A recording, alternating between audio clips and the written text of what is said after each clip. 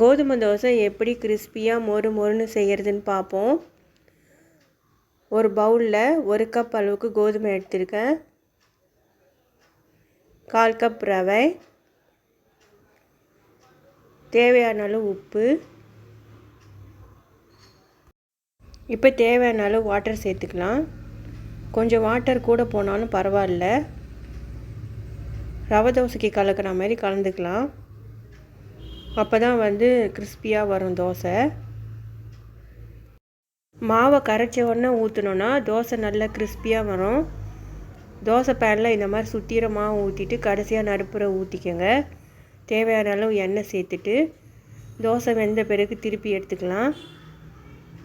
அவ்வளோதான், கிறிஸ்பியான மொறு மொறு கோதுமை தோசை ரெடி.